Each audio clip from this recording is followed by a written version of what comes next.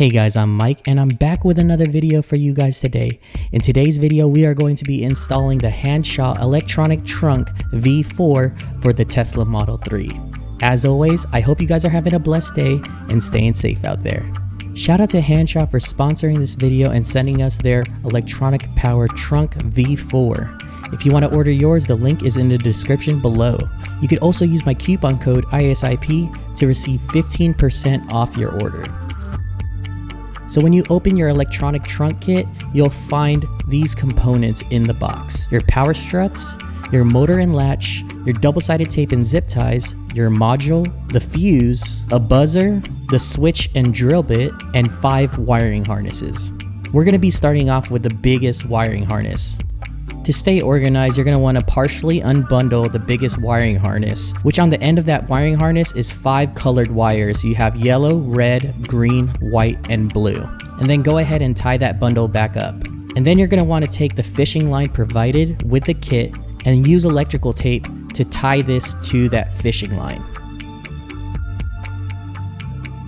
Using your prying tools, you could gently pry off the weather sealant.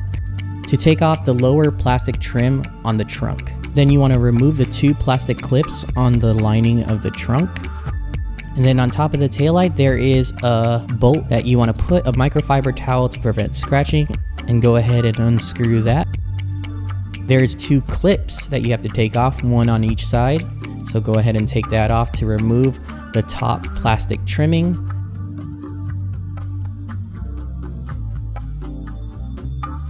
And then go ahead and unplug the stock wiring on the trunk lights, right and left. And actually there's 2 more clips on the lining of the trunk, so go ahead and take those off. And then you want to go ahead and unplug the wiring for the taillight. To take off the taillight, you're going to want to use an 8mm socket to unscrew these 2 bolts behind the taillight.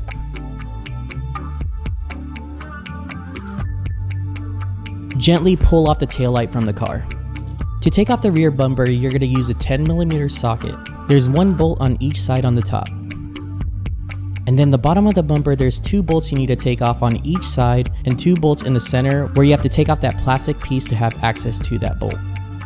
With a T25 attachment, you're going to have to unscrew 1 T25 screw on each side. Gently remove the weather stripping of the trunk. After that, you could gently remove the rear bumper. After that, you could go ahead and take off these rubber gaskets on the trunk where the wiring is being routed. And this is where you're going to use your fishing line to fish your wiring harness. We use Vaseline as lube to easily fish this wiring through. Then go ahead and unclip the plastic trimming behind the trunk. After you've taken that off, go ahead and fish your remaining wires.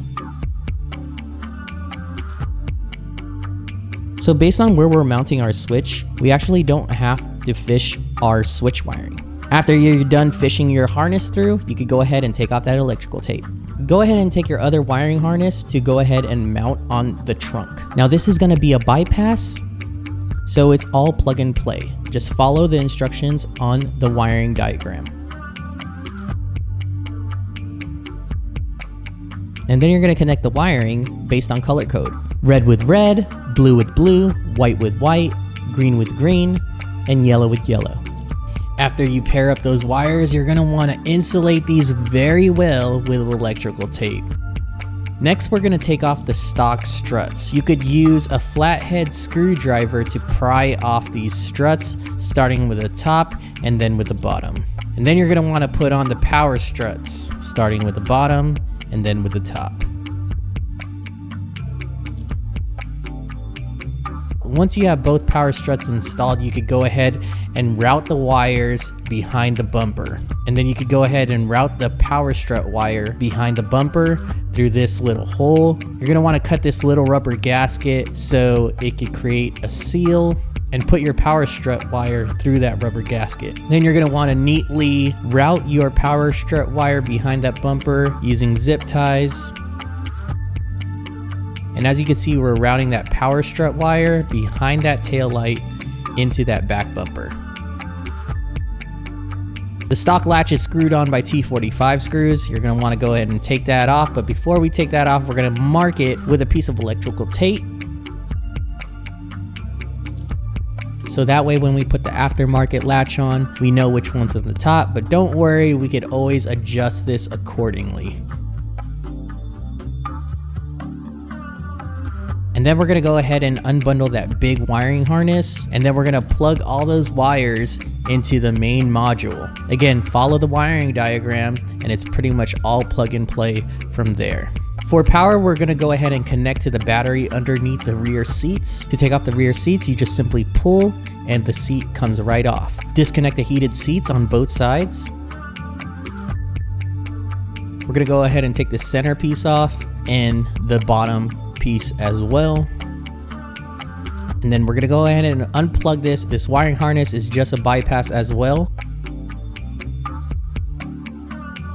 And this extra wire hanging is for the massage seats. That is optional. Take this side trim piece off to route that power wire.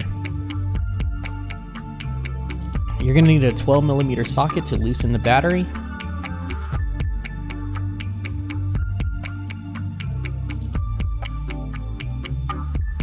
Then you're gonna wanna slide in the wiring and tighten the bolt back down.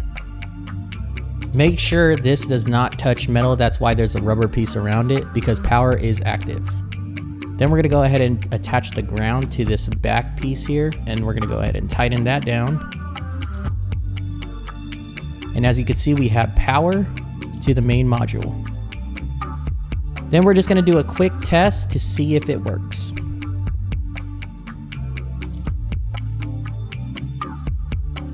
After everything is working, you could go ahead and tuck away your wiring and go ahead and mount that motor anywhere you desire. In this case, we mounted it down here.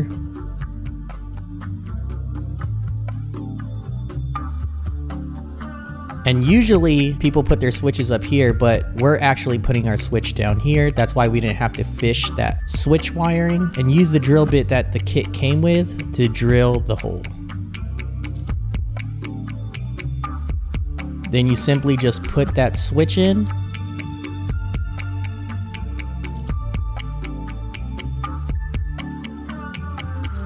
And lock it down with the lock nut. For the buzzer, we mounted it on this plastic piece. And for the main module, we just simply zip tied it to this plastic piece as well.